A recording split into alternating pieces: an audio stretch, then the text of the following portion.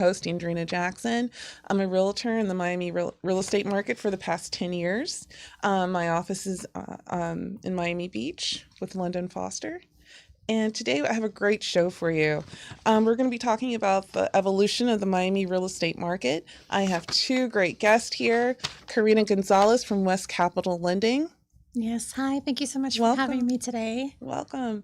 And I have Ovido Val, real estate investor, attorney. Welcome.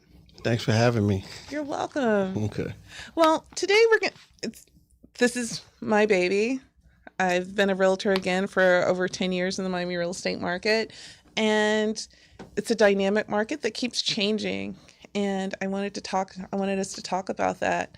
Ovi, can you tell us a little bit about your background and then go into the market? Okay. Well, I've been in Miami my whole life, and really started off really young, buying properties since the age of 19 years old, before I was even an attorney. I got involved in buying and selling properties back in those days. Got my degree in finance, got my law degree from Howard, HU. And since then, got into general practice. Sometimes the Miami market can be really high. And then when the opportunity showed up, I got into flipping properties, and I bought and sold probably over 100 properties, either by myself or with other people. So I've had a lot of experience with real estate, and then I focused on foreclosures, especially when the foreclosures were happening. Mm-hmm. So I was right at the juncture of people having to either sell or lose it. So I see a lot about what's going on in Miami. Opportunities. Yeah. Karina, can you tell us a little bit about your background? Sure. So I moved to Miami 20 years ago, specifically for school. I went to FIU. I graduated there in public relations, and I was in media sales for many years. It was a great career, but after a while, I just really felt like I'd hit a ceiling. I was really good at creating like a community. I was really good at building relationships with people that learned to trust me. So I felt like that would really translate well into mortgage. So I made the jump. I got into mortgages 3 years ago. In between that, I actually started a wellness company. So I like to kind of bring a holistic view of mortgages into every, client that I work with. I really want to make sure that I'm really valuing them for what their dreams and goals are. And I try to really emulate that into every deal that I do. Thank you. That's amazing. Ovi, that brings us to you. Okay. Dreams. How is everyone dreams of home ownership? Yeah. So how is that going right now? Talk to us about the Miami market. Well, I think it's kind of rough right now. Mm-hmm. There's a lot of forces that comes in. If you're a person that's from Miami that has to work here, as far as when you compare the amount of money, the income that people actually make, and the valuation of how much the houses cost, there's a big separation. And the reason for that is you have people from South America who are coming up with a lot of cash. It's still our number one buyer. Yeah, with a lot of cash. So it's not so it doesn't really correlate or reflect the actual income that you make. So the people are finding themselves priced out. You also have a lot of pressures from a lot of the big families in Europe. They don't want to deal with the socialism, the taxes, the 40-50% of taxes. So they want to come over here to park their money. And sometimes the safest way to do that is buy property in Miami. Right. And that way they just bury the money in the ground, which is the property. So you have a person who's working an average job, they're finding it's very hard to compete. Has it always been that way though? No, it wasn't. It was really affordable at one point. Yeah, it was. And I guess it was always a beautiful place to stay. I grew up here, and everybody would come here for vacation. And I guess when they came on vacation, they realized, why don't I live here? So really what happened was the pandemic. The pandemic. Yeah, that really changed everything. Yes, the pandemic. I guess it gave people an option.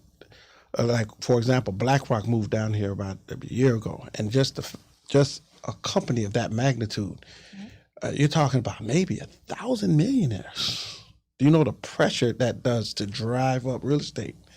Having to move down, that are moving down here because they realize we can work anywhere. Yeah. Right. And I could work in a real cold, crusty city, or I could work in Miami. Yeah. Well, it has a lot to do also with the politics and with the also with without having the state income tax, correct, yes, which drives a lot of people here. You're right. The whole environment, from the weather to the politics to the taxes to the And just- affordability, because if you're coming from New York City, it is much more affordable. Well, it used to be. I would say in 2020, it was affordable still. And then obviously the New Yorkers drove up the market. But back then, they would come here and say, I could have an amazing condo on the water for half the price of my crappy studio apartment or whatever they might have paid for it in New York. Right. So that was the driving force, I think, at the time. But now we've become a bit of a New York, I think, without the income. Right. without the income. Exactly. That's a good example. Being in North Bay Village, being in the North Beach area, far as the north, when I say North Beach, that is the north section of Miami Beach. We saw tremendous changes, I would say, just on the canal. The canals used to be crappy back there on Crespi, like with these shanty boats. The next thing you saw, really nice boats came. People came and fixed it up. So it's like you want to see the neighborhood do better, and it is doing better. But at the same time, I feel like certain people Drives up cost. Yeah. Yeah. Yeah. The people who live and work here, it's kind of hard for them. So how do you see it going, Ovi? There's just a lot of changes. I think the political is really going to have the politics are going to have a lot of effect on it. I think that the interest rates are going to have to go down based on and that's going to force the values to go up. Speaking of interest rates, where are they right now? They're in the low sixes. They have come down quite a bit the last few weeks, which is really, really nice to see. Nobody has a crystal ball, so we can never say like in the next 6 months it's going to come down X amount. But we do see a trend towards them coming down, which is really good. I think that shouldn't be the only factor, and really you shouldn't look at the interest rate.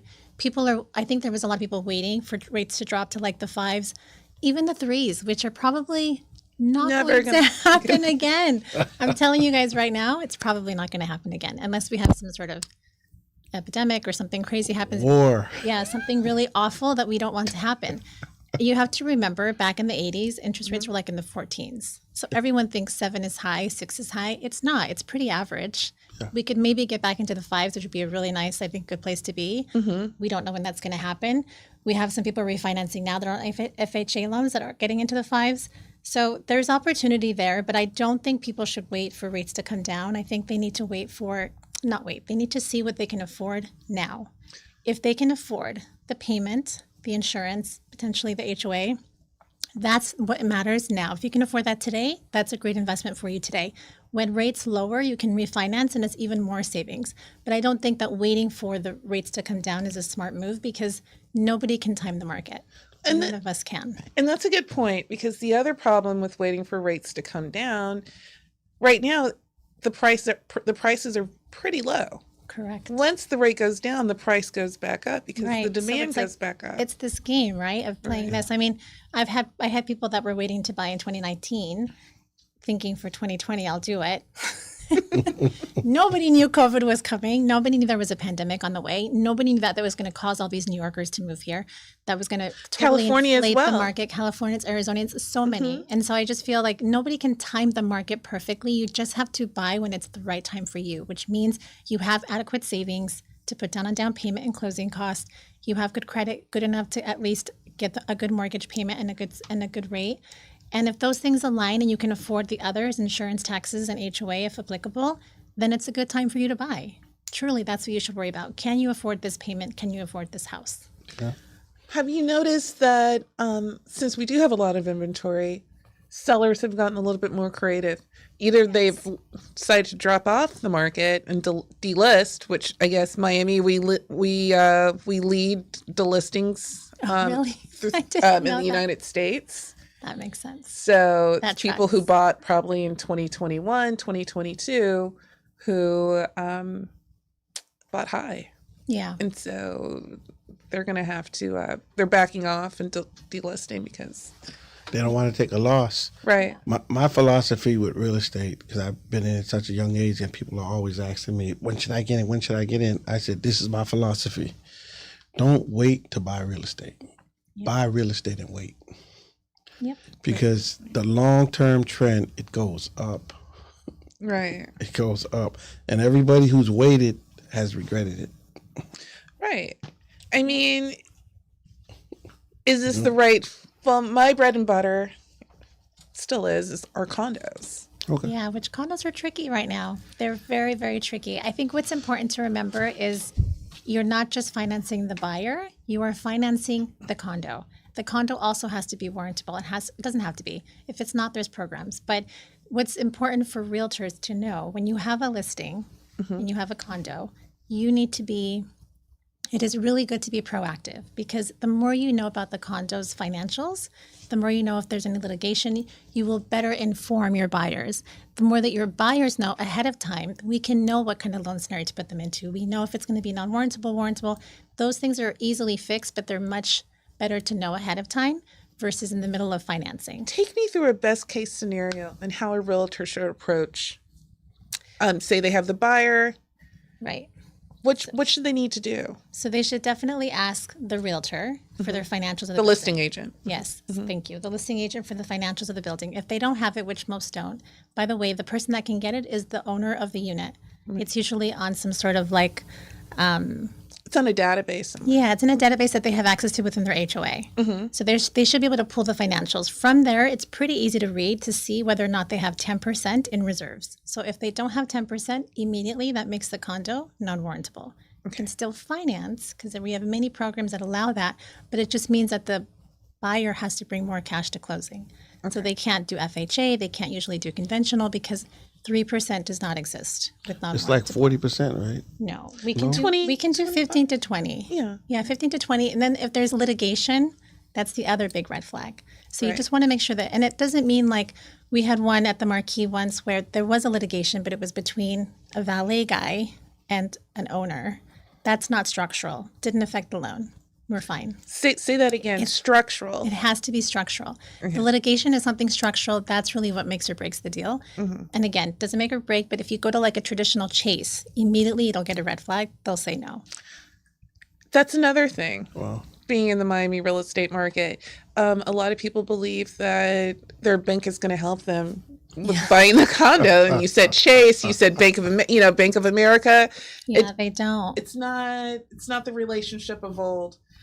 In fact, No. we tell a lot of people who came from New York because they've talked to their lender in New York, and I'm like, you really need a local lender. Yeah. A local lender to South Florida who knows the condos. You need somebody who can get creative with financing, because the thing with a big bank like Chase or Bank of America, you could be in one of their preferred clients, right? Who has a lot of money invested with them. You could even have an underwritten approval by them, which this actually happened 2 weeks ago.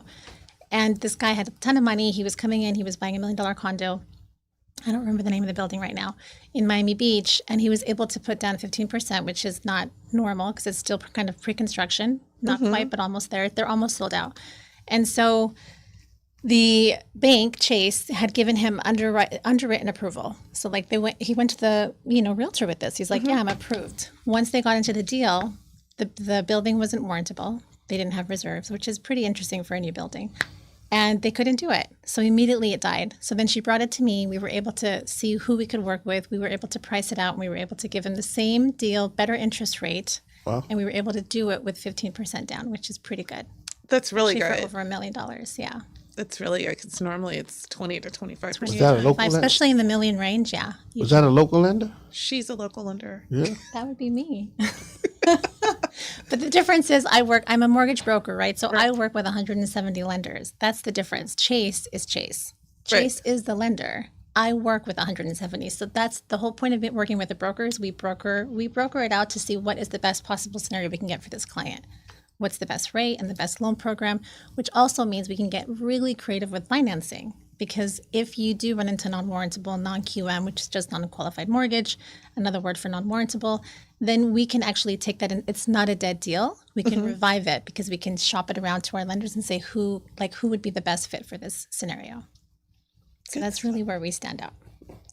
So where do you see the market going, Obi? The market in the future, it's just so volatile. It's so volatile right now. I think the dollar might tank, and if that happens, Yowza. I think the the values might go up. What makes you say that about the dollar? The dollar? Well, there's a lot of outside pressure. You have BRICS that most Americans don't even know about. It's the alliance of Brazil, China, Russia, and they're forming their own currency. And they're going to be giving back all the U.S. dollars and say, we don't want these U.S. dollars in our country. So that's going to be a flood of U.S. dollars. You also have the African countries that are joining it. That's why it started off with each letter BRICS standing for a different country: Brazil, Russia, I think India, China, and South Africa. And there's just all other kind of pressures. And what's going on with our foreign policy? We're not really making friends. We're not making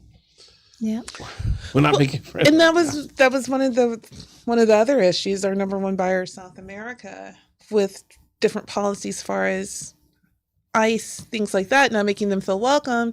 They don't really feel like coming here and spending their money. No. So It's not helping. It's not helping. It's definitely not helping. Yeah, it's not helping. It's not helping the fact that a lot of even just my regular American buyers don't feel safe right now. You know, it's just not a good situation. A lot of uncertainty. A lot of uncertainty. The market, I think, is gonna like kind of go in on itself a little bit. It's gonna shrink a little bit. Okay. And I think it's gonna affect a lot of other places a lot different than Miami, because we're so international that we're kind of immune to a lot of things. Right. Because you still have people that want to come here and play. They might not like America, but they're here playing.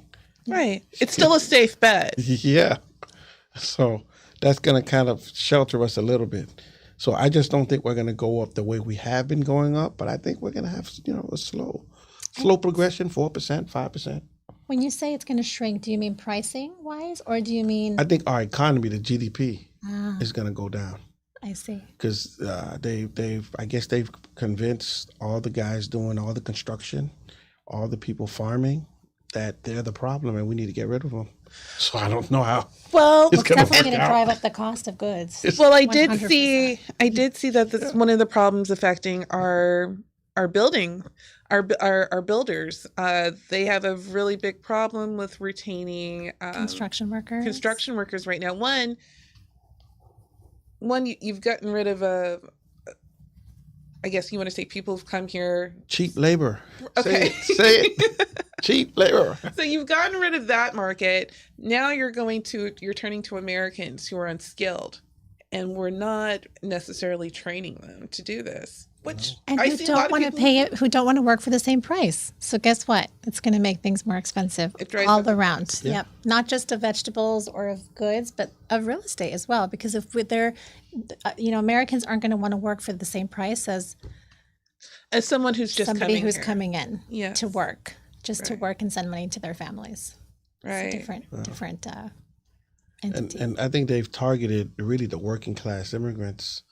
I work along with the lady in my office, Nana. We have an immigration practice. Okay. Where we have over 1,000 clients, and they raided a blueberry farm in Homestead, and they took about 40 people, but about 500 people left because they just said, we didn't come here for this. They're not criminals. They really came here to work. Right. So where do they go? A lot of them are going home. Wow. So that's a lot of labor lost. Yeah. That affects the restaurants Yep. that I've seen have been closing. We have a lot in pre-construction projects, and I'm curious to see if they all go up on time when they say It they go. slows it down. Right. Yeah, it might.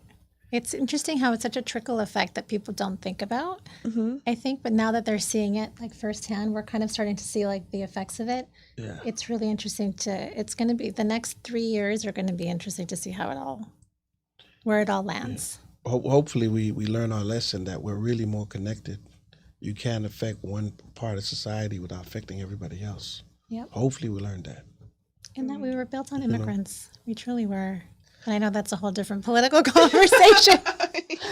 Yes, it is. It is a different conversation. But when we're talking about building homes and buying homes from people, it's funny how it's all from the person who picks your fruit to the person who's helping build your home. It's all like the circle of life. Yeah. From the It's Lion all King. connected. Yeah, It's all connected. We're all tired of we all do better when we all do better. Yep. Period. Right. So You talk to know. me about some of the projects. Are you working on any new projects right now, or are you on hold? Well, I'm working on a project in the Homestead area right now. I've never done something on this scale, and What's the scale? well, I bought about an acre and a half, and I have a partner of mine that about three or four lots, and I have a partner of mine. She bought another acre next to me, and we have about 2.5 acres, and we're directly across the street from the rapid transit zone, which is those rapid buses, Right. which can give us the ability to do up to 125 units per acre. Wow. So you're building workforce housing or affordable housing? Well, the plan eventually will be, once we do all our entitlements, will be to do affordable. What is the difference? I didn't realize there was a difference. There is can you tell us the difference? Well, all right, it's with numbers. Affordable housing is, I don't want to say it's a lower tier, but it's a less affordable housing. It's for people who might Like Section 8 type housing? be on Section 8. Workforce would be like your teachers, your plumbers, your cops, your clerks, Everyday people. That's everyday good. We need people. that. So there's different levels, and you have to, and they change the structure of the construction based on what you're doing. So if you're saying I commit 30% to affordable, then they're going to say, okay, then we'll give you loans at a lot lower percentage or grants, but you have to make sure 30% is for people who can't afford places to stay to Okay. ease the housing crisis. So is this going to be for rentals, or is this going to be for them to purchase as a condo? They're going to be rentals. Okay. Right now, they're going to be rentals. Okay. That's kind of the way it's set up. So the whole thing is going to be for. Well, no, they want commercial underneath. Oh, I see. So it'll be a multi-use building. It'll be a multi-use building. Okay. Yeah. Office space. It's deep in Homestead, but it's one Homestead's up and station coming. away from the city hall. Okay. It's on the intersection of Campbell Street and South Dixie Highway. It's right at the intersection. I think I've only been down there maybe once or twice. Okay. But South Dixie Highway is a pretty, It's right. South Commercial. Dixie takes you to Key West. Right. Yeah, yeah. So South Dixie all the way, it takes you all the way to Key West. So that's like a most prominent. And Campbell Drive is pretty prominent. Yeah, it's pretty Awesome. prominent. It's It's too- prominent down there. Well, no, I know. I hear great things about Homestead. I hear great, but I've just. It's a different There's area. not a whole lot, not a lot going on down there. But I hear there's a lot of different development. Yeah. There's a lot of development. Which kind of makes me sad in a way, because they're cutting away a lot of green space in order to make these different. A lot of farms, spaces. right? There's a lot of farms Well, out there. it's not really the farm area. There's a lot of space in like the Homestead proper where the actual city is, but there's plenty of farm areas. out Okay. there. Yeah, because when you go there, you see like there's a lot of space in between the homes, and it's not all land that's theirs. Okay. It's just land. So I think there's room for development for There's sure. a lot of room for And they're development. not running into the Everglades. It's like it's still just there. Okay. Yeah, don't worry. It's Just making sure, just because. Yeah. I get when I it. hear that. nobody wants to the overbuild. Yeah, animals. but the idea with the rapid transit, real quick, the rapid transit zone, and it's right on that speed bus lane. You know what I'm talking Yeah, about? I know. I voted. Where on there's it. no lines, where there's no traffic lights, the buses They just go just hop. straight to downtown. Oh, So the idea is to have high density right at the rapid zone areas. So if you have 500 people right there, they can just get on a bus, and within 20 minutes they're downtown. That's awesome. That takes away from traffic. That takes away from cars on the road. It just makes it a more livable city. Right. Because Miami's going through the process of becoming, to me, a world-class city. Right. And if you're in some place like Manhattan and you're a teacher or you're a clerk or you're a plumber, you wouldn't think about living in Manhattan. No, you're going to sit on mass transit and bus in because it's too expensive. yeah. That's where Miami's going. Well, it's, with all the, like you were saying, with Blackstone and the different moves that are being made in Brickell. Yeah. Just, Yeah, I don't even go to Brickell anymore. It's just so congested. It's so congested. but it's changing. It's It's actually a good time though if you're not driving. right. Yes. You know, You just have If to you're walk not out driving, your door. exactly. I used to live there and I loved living Right. there. But it was even, I don't think I could live there now. It's so dense, Mhm. right? Yeah. It just feels like a really, really big city, which is nice for those that like that. Mhm. I like a little disconnection. That's why I like living in North Bay Yeah. Village. It's very quiet. Living beachy. Yeah. North Bay Village, nice. Yeah. Yes. Yes.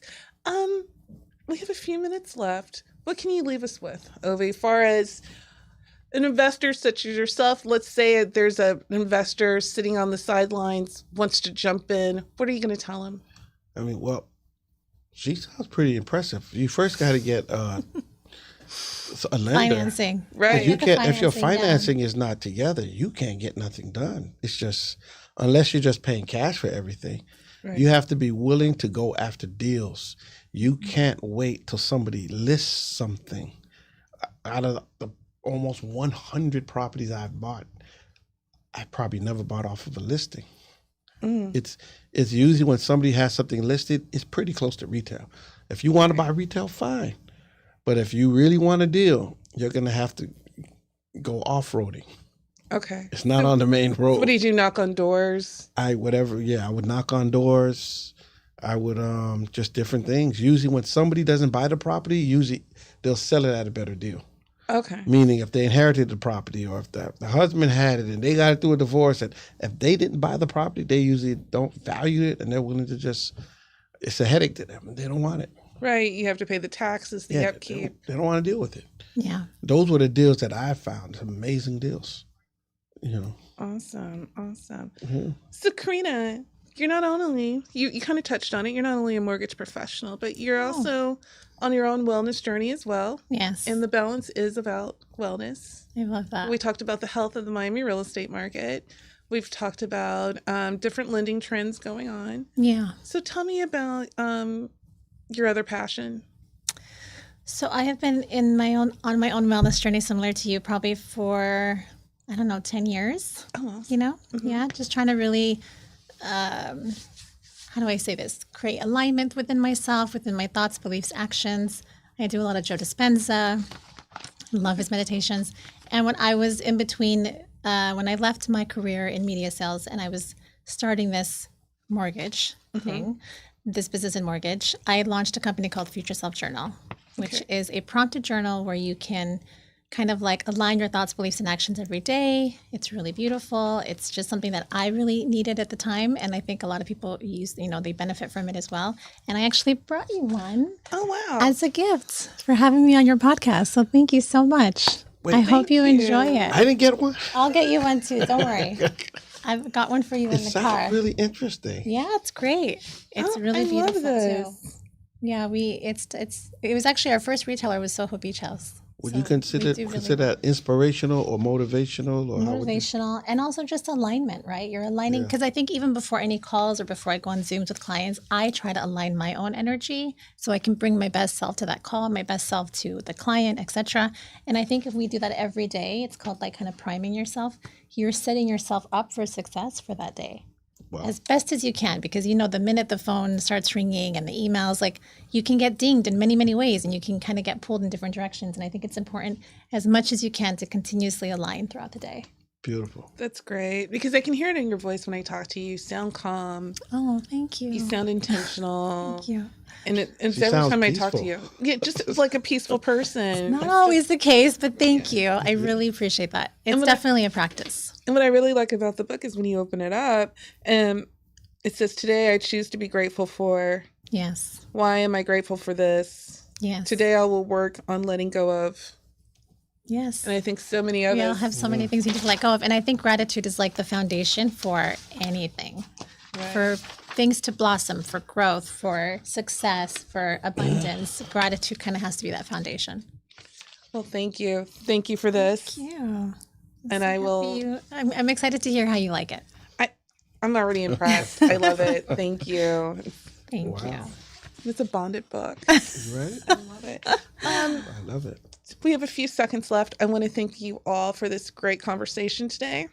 Thank you. Karina, if the public would like to get in touch with you, how can they do that? So you can find me on Instagram at The Mortgage Savant, the.mortgage.savant. And you can get a hold of me via my email, kgonzalez@westcapitallending.com. I'm happy to work with you. I work with a lot of first-time home buyers, especially a lot of business owners who are utilizing big statement loans to get into a property, a lot of investors as well. So I work with all kinds. Sounds great. Thank you. Thank you again for coming, and thank you again for sharing. Thank you for having me. Mr. Val. If the public would like to get in touch with you, how can they do that? They could call the office at 786-277-9009, or they can email me at ovidelaw@yahoo.com. Thank you. Thank you again. This was a very insightful conversation today. I hope everyone was able to take away some nuggets from it. Again, this is Andreana Jackson with The Balance.